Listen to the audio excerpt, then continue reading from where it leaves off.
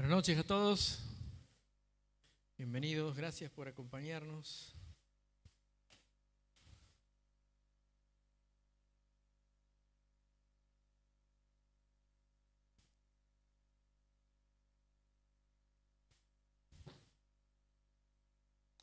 ¿Estoy como un poquito más alto ahora o lo han cortado al púlpito? No sé. Muy bien. Vamos a orar, así empezamos. Damos gracias, Señor, este tiempo que abrimos tu palabra. Ayúdanos, Señor, a comprenderla y poder aplicarla a nuestra vida. Oramos en el nombre del Señor Jesús. Amén. Hace un par de semanitas que estaba viendo ahí el marco teórico sería del Salmo 102, que es lo que primeramente vamos a ver. Si quieres ir abriendo tu Biblia ahí, Salmo 102.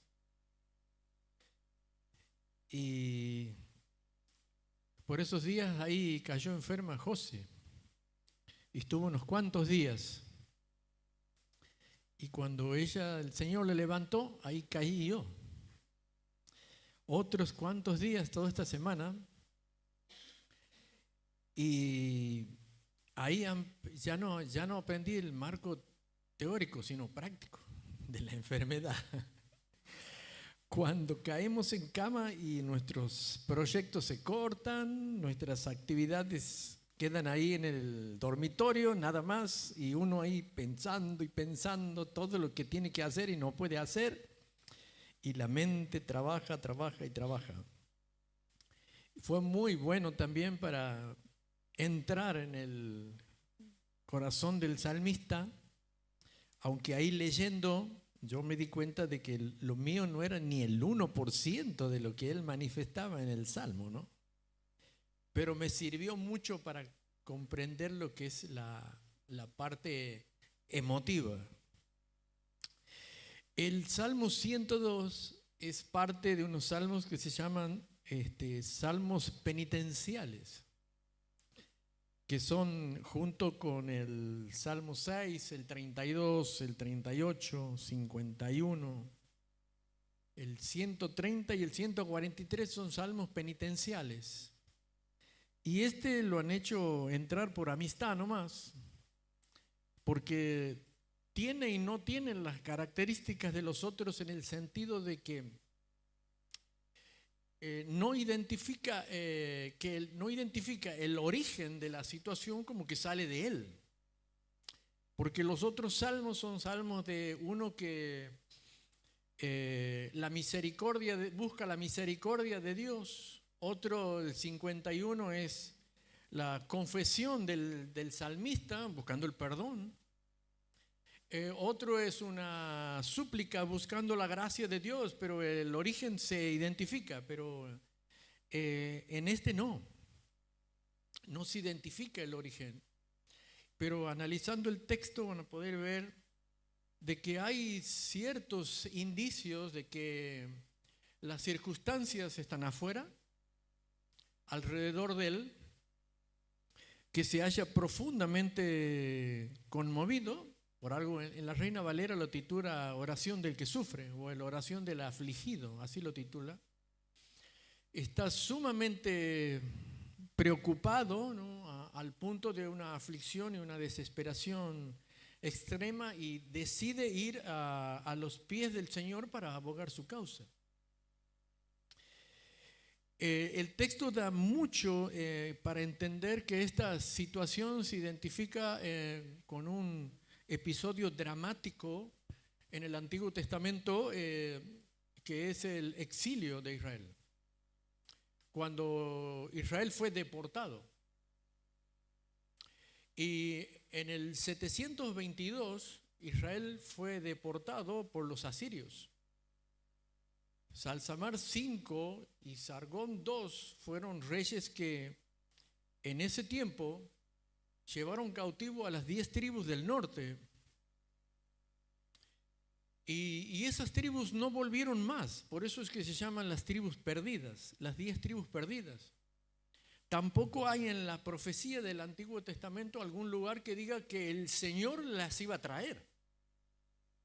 simplemente quedaron en sus lugares de cautividad.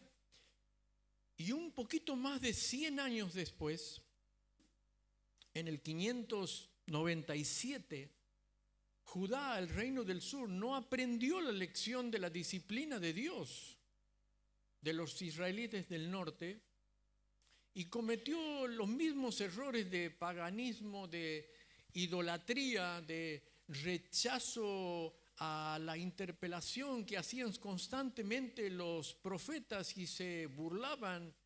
El Señor Jesús dijo: matasteis a todos mis profetas. Y la invasión llegó, pero ahora del mundo babilónico al norte. Y en la primera el rey Joaquín fue depuesto y se dejó a Sedequías, un rey regente o corregente. Y pasados 10 años se volvió a rebelar, y entonces Nabucodonosor vino con toda su rabia, con toda su violencia, con todo su ejército en el 587, 586, y hizo pedazos Jerusalén. Y también ahí es donde derribó completamente lo que sería el templo de Salomón. Hay muchos indicios en el texto que este autor se está refiriendo a ese tiempo, a esa cronología, a ese lugar y a lo que estaban viviendo él y muchas personas, completamente alejados de sus familias, de su terreno, de sus proyectos, de sus propósitos.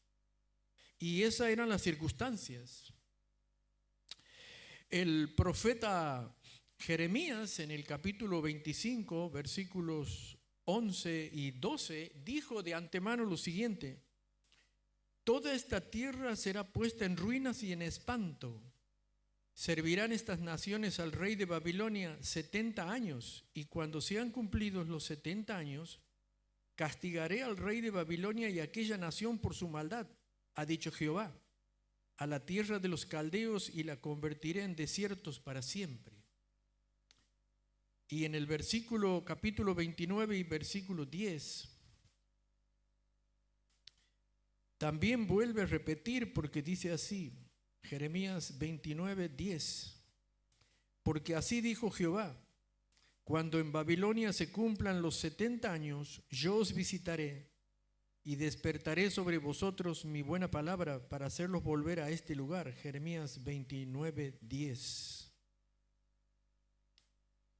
Daniel fue uno de los cautivos. Daniel era un joven noble de 16, 17 años que partió en la deportación de Judá.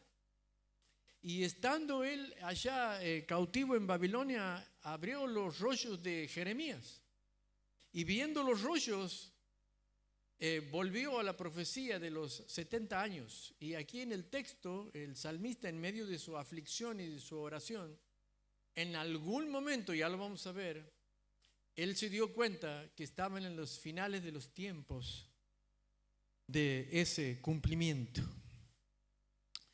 Ahora dice el Salmo, expresando la angustia, versículo 1: Jehová, escucha mi oración y llegue a ti mi clamor. No escondas de mí tu rostro en el día de mi angustia. Inclina a mí tu oído y apresúrame a responderme en el día que te invocare.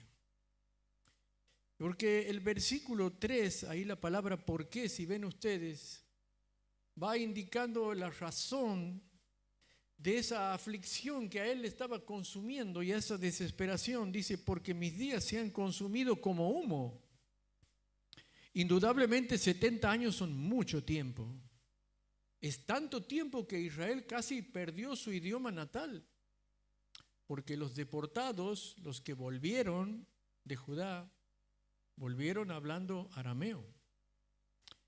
Y el idioma hebreo luego se concentró solamente en las sinagogas.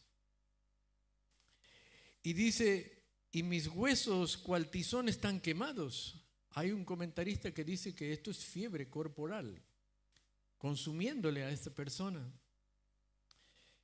Mi corazón está herido, seco como la hierba, por lo cual me olvido de comer mi pan.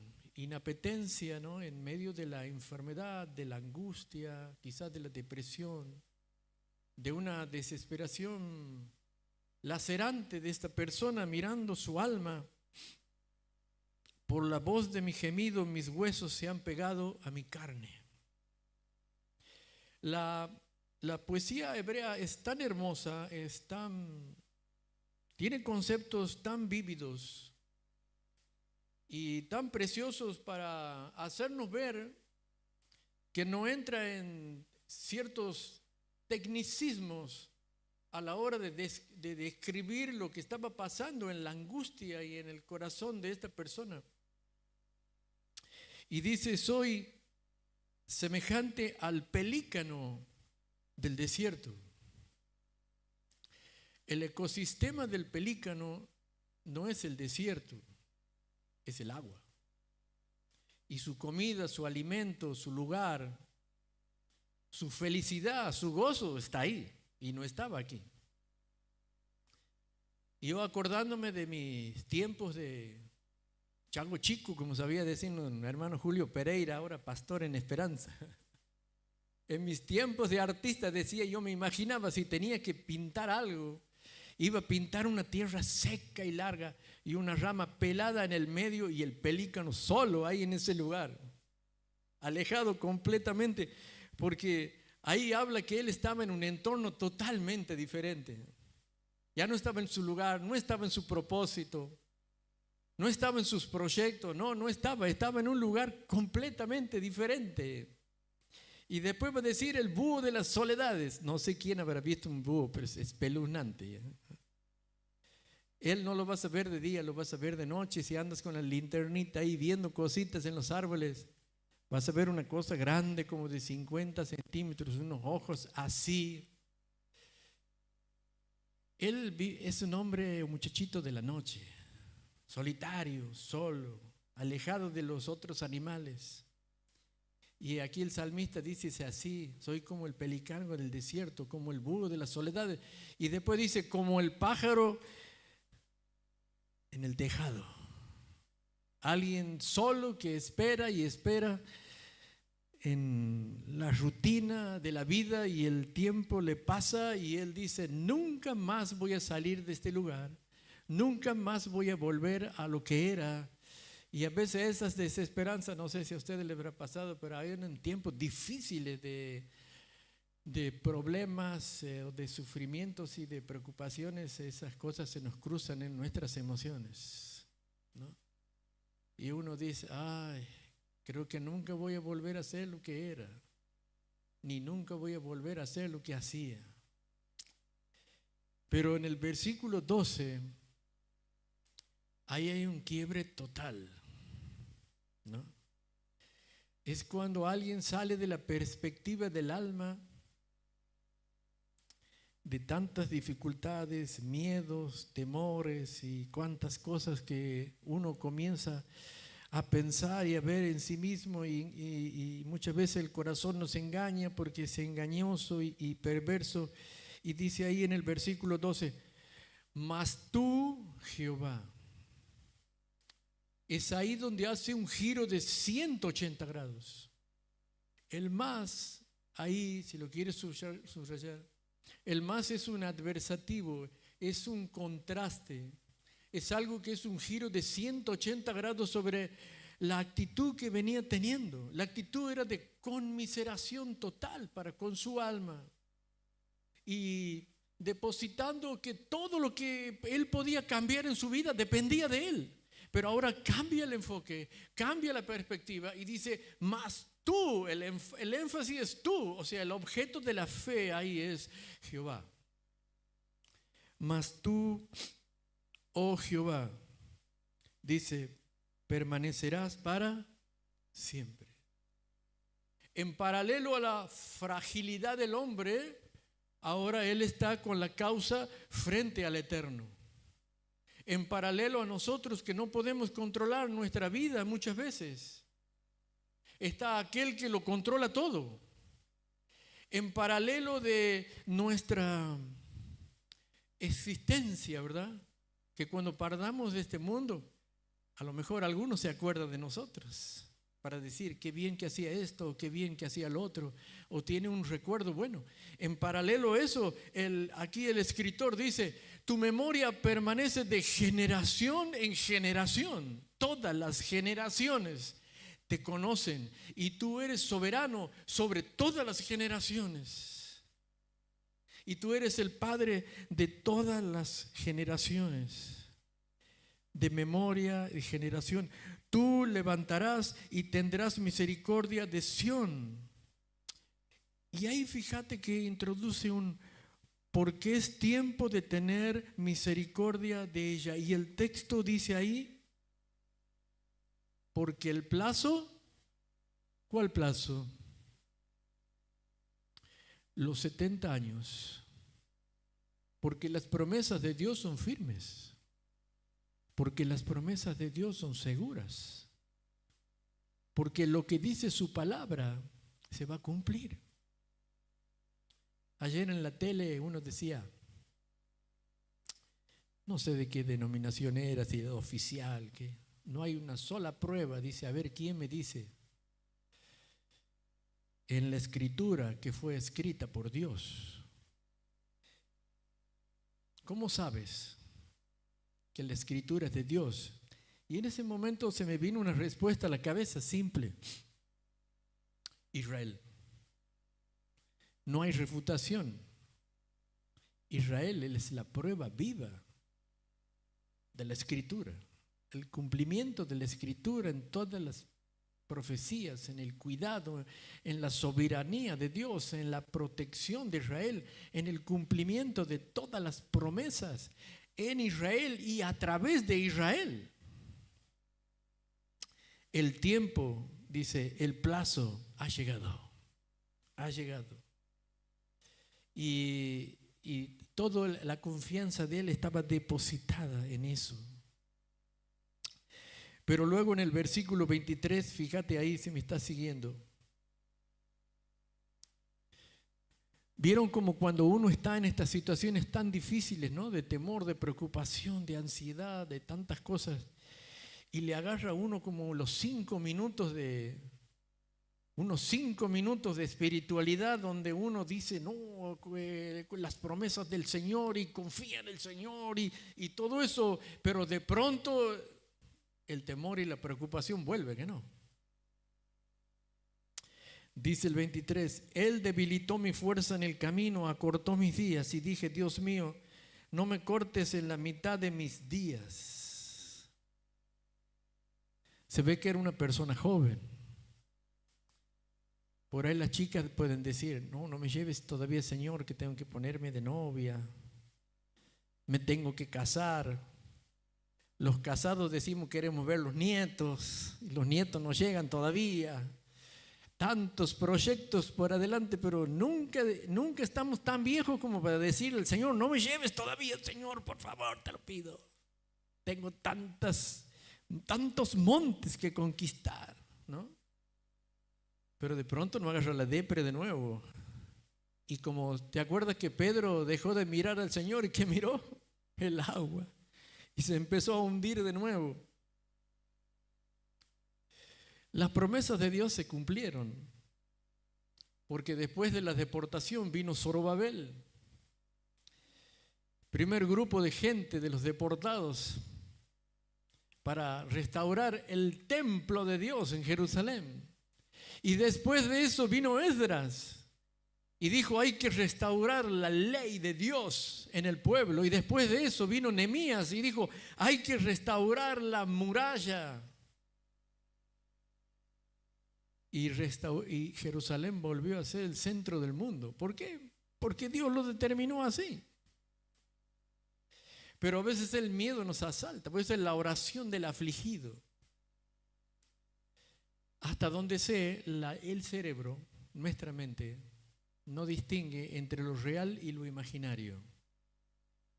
Si luego de volver a Israel y estando en Jerusalén y viviendo de nuevo en Jerusalén, algún incidente que ocurriera, algún pleito con los vecinos, si alguno se ponía a pensar que algún otro ejército le podía invadir, que algún otro problema volvía a poder volver a suceder lo que antes ya había vivido. El cerebro no entiende entre imaginación y realidad y puede volver a los antiguos miedos.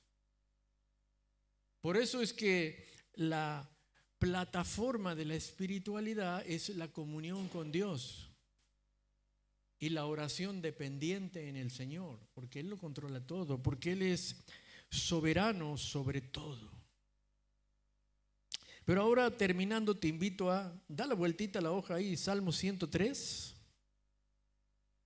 Salmo 103.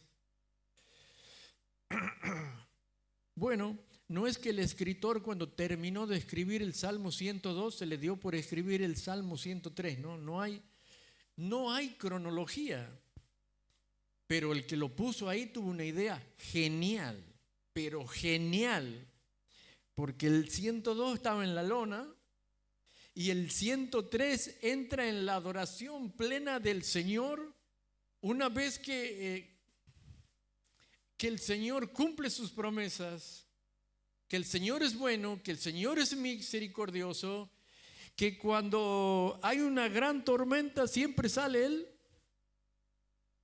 arco iris. Siempre sale el arco iris. Y dice el Salmo 103, bendice alma mía a Jehová. Y termina el Salmo, bendice alma mía a Jehová. En el Antiguo Testamento la palabra para bendecir es barak. Barak, con K al final. Y es una palabra que denota sumisión, humillación, dependencia del Señor, al Dios creador, al Dios al pueblo del pacto, porque es el Dios del pacto el que cumple sus promesas, como dice la canción. Pero en el Nuevo Testamento la palabra para bendecir es eulogia, hermoso nombre. En el norte santiagueño he conocido eulogia y también eulogio. No sé si ustedes han conocido. Eulogio significa buen decir o bien hablar. Eso es lo que significa hablar bien. Bendecir significa pensar bien, hablar bien y decidir bien. 3 cosas. Y hay aquí en el texto una trilogía de cosas que son el concepto del ser humano: intelecto, emociones y voluntad. Y es el pensamiento, es la intelectualidad, es el raciocinio ya de que, cansado de tanta emotividad, dice, bueno, ahora yo tomo el mando aquí. Y ustedes, le dice a los otros 2, me van a obedecer. Porque aquí son imperativos. Bendecir es un imperativo. Cuando es un imperativo, no está sugiriendo, no sugiere, dice que hay que obedecer. Hay que obedecer. Y el segundo imperativo es no olvidar. Lo que está aquí delante mío, que es la mesa del, sobre toda interpretación que nosotros tengamos sobre la simbología de la cena, del pan y del vino, es el recuerdo ante un ser humano olvidadizo de la obra de Dios. Y aquí está diciendo que no tenemos que olvidar los beneficios. Si alguno de ustedes toma hoy la preocupación de leer Efesios capítulo 1, en Efesios capítulo 1, en su interpretación vas a encontrar los beneficios en Dios el Padre, los beneficios en Dios el Hijo y los beneficios en el Espíritu Santo. Capítulo 1, versículo 13 dice que el beneficio grande del Espíritu Santo es que las arras o las garantías de ¿qué? ¿Ah? Correcto. Y dice, no te olvides. No sé cómo será tu memoria. Muy grande, muy profunda, memoria frágil. Si no, vas a tener que hacer un cuaderno, pegarlo ahí en la puerta del placar con los beneficios del Señor. Y el salmista aquí ve la luz. 1 Corintios 10:13 dice, no nos ha sobrevenido ninguna tentación que no sea humana, pero fiel es Dios para que juntamente con la tentación esté la salida. Pero también hay un ejercicio de transformación espiritual.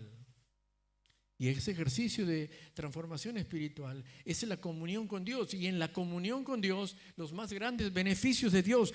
¿Cuál es el más grande beneficio de Dios por lo cual empieza? Él es quien perdona tus pecados. El que perdona tus pecados. Mas Dios muestra su amor en que aun siendo pecadores, Cristo murió por nosotros. Hebreos 12:3 dice así: consideren, mandamiento, no es una sugerencia. Considere, piense, a aquel que soportó tal hostilidad de los pecadores contra él mismo, para que no se cansen ni se desanimen en su corazón. Consideremos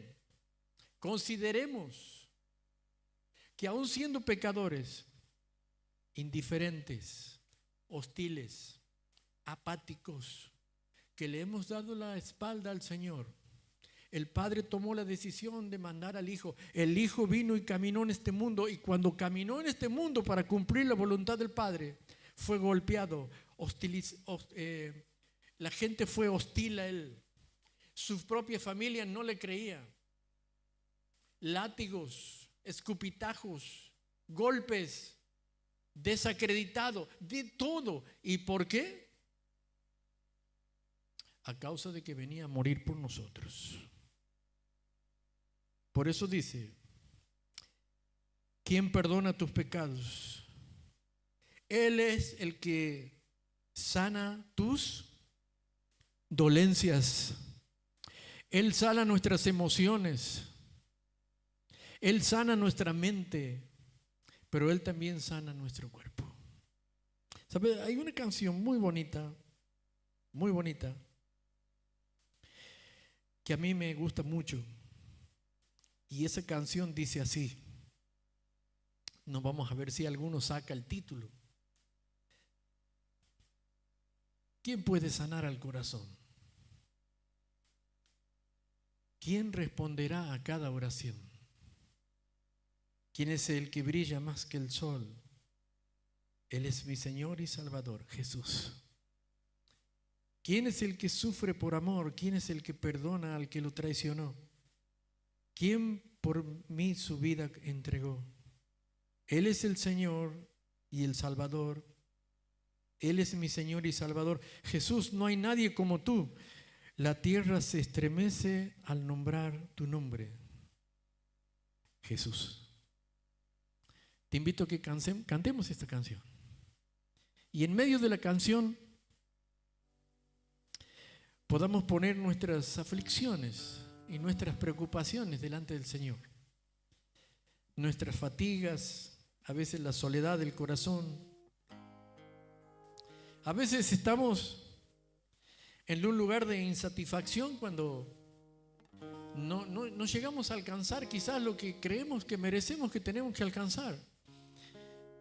Y se nos quiebra la paciencia. Las circunstancias no ayudan. Y entramos en un temor y en una desesperanza. Y que en medio de la canción también nosotros podamos decir: mas tú, oh Señor, tú permaneces para siempre, tú eres soberano, tú tienes el control de todas las cosas. Tú me amas, tú me proteges y tú eres fiel a todas tus promesas. Señor, tú nunca fallas. Si has perdonado mis pecados y me has dado vida eterna, ¿cuánto más no me darás todas las cosas? ¿Cantamos?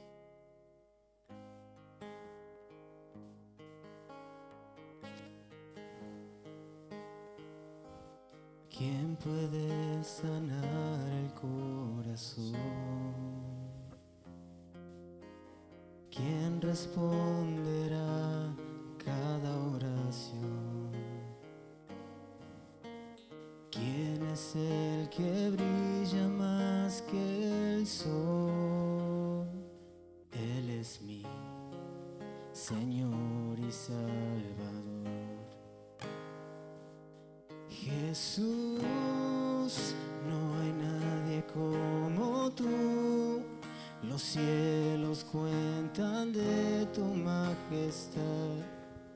Cuán grande es tu bondad. Jesús, no hay nadie como tú. La tierra se estremece al mencionar tu nombre sin igual, Jesús.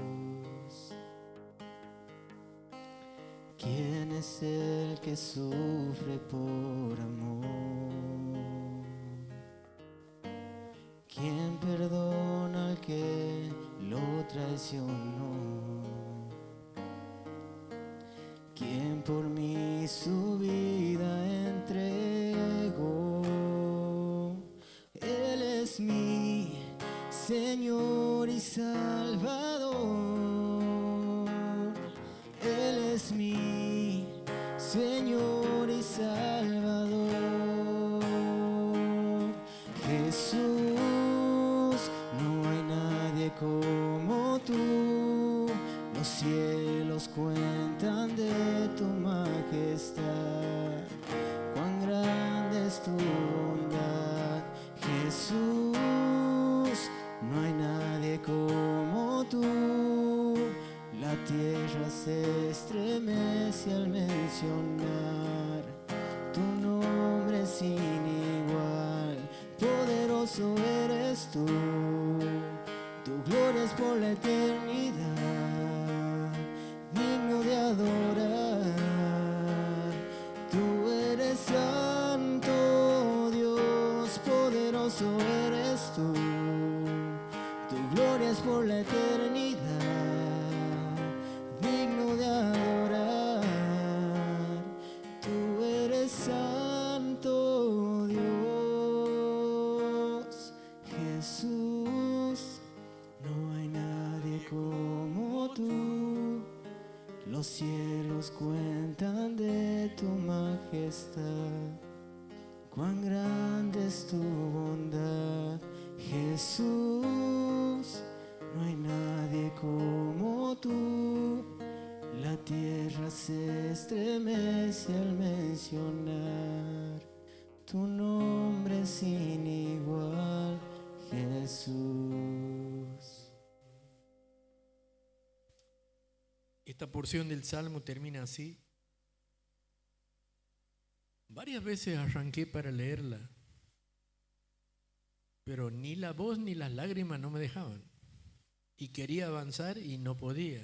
Y quería avanzar y no podía. Cuando estoy en el púlpito tengo una aplicación aquí para no emocionarme ni llorar. No sé hasta cuándo va a funcionar. Hasta ahora funciona. Dice, no te puedes quebrar cuando estás hablando. En tu cuarto y en tu recámara sí.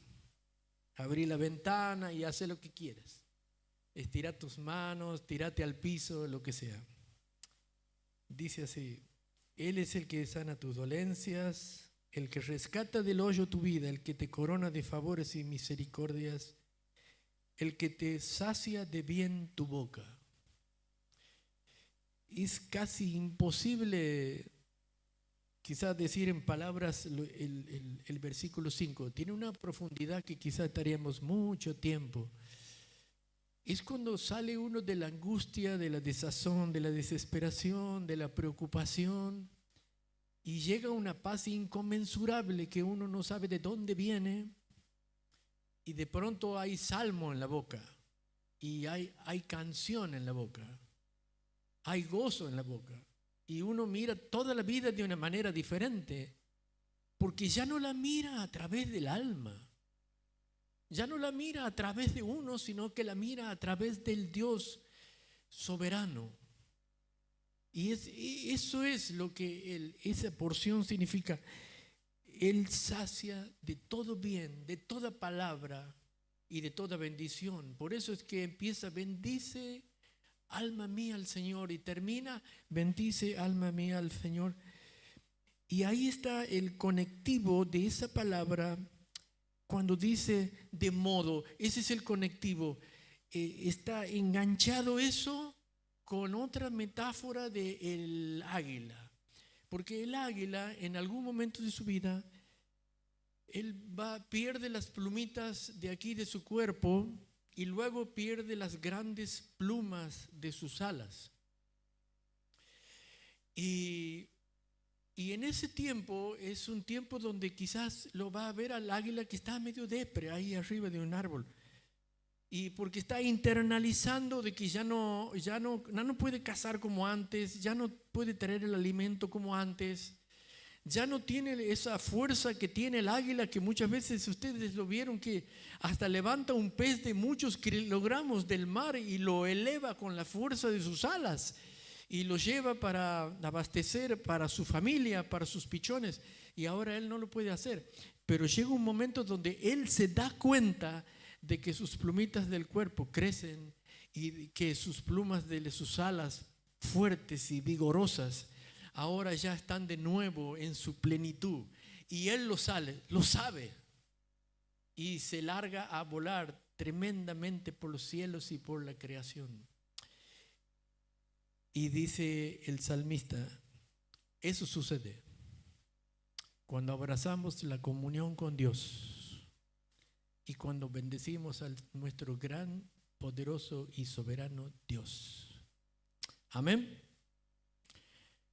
Señor, te damos gracias porque en tu palabra, Señor, es la fuente de sabiduría, la fuente de conocimiento, pero sobre todas las cosas, la fuente de abrazarte, Señor, a ti, fuente de todo poder, conocimiento, cuidado y protección. Como dice la Escritura, ¿a quién iremos? ¿Quién está en los cielos sino ti? Salmo 73, 25. Todo mi deseo, Señor, está en ti. Seguramente, Señor, entre nosotros hay almas y corazones preocupados. ¿Qué haremos mañana? ¿Qué vestiremos? ¿Qué dinero tendremos? Preocupaciones, Señor, y preocupaciones. Ayúdanos en esta noche y ayuda, Señor, a cada hermano, cada hermana a poner nuestra confianza en ti. Tú eres nuestro pastor, tú eres nuestro proveedor. Ni un pelo de nuestra cabeza cae sin que tú lo sepas. Nada, Señor. Es más, tú nos acompañarás más allá de la muerte, aún a tu eterna presencia. Te damos gracias por todo y te bendecimos. En el nombre del Señor Jesús. Amén.